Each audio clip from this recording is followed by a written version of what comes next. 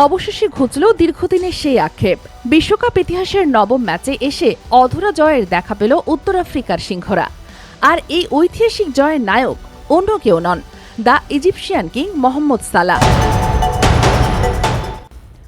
আগের ম্যাচে শক্তিশালী বেলজিয়ামের সাথে ড্র করার পর এই ম্যাচে ফেভারিট হিসাবেই মাঠে নেমেছিল মিশর।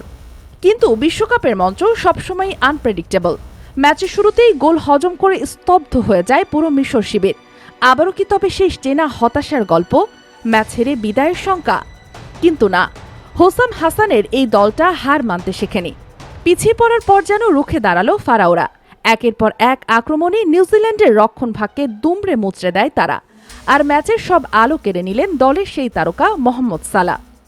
সালাহর সেই চেনা ড্রিবলিং, গতি আর নিখুঁত ফিনিশিংয়ে গোল আসতেই উল্লাসে ফেটে পড়ে পুরো স্টেডিয়াম।